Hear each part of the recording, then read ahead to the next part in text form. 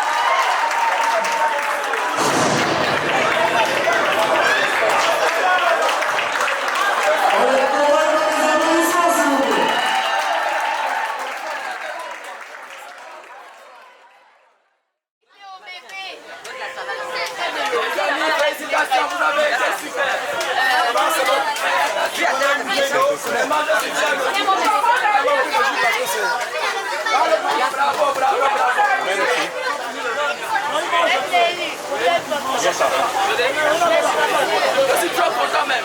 Je mets le petit de bloc à l'air. Ma félicitations.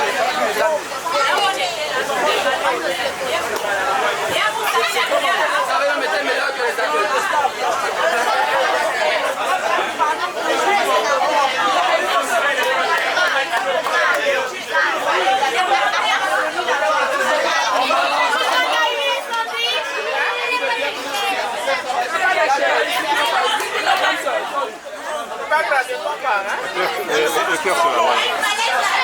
C'est bien les amis, félicitations.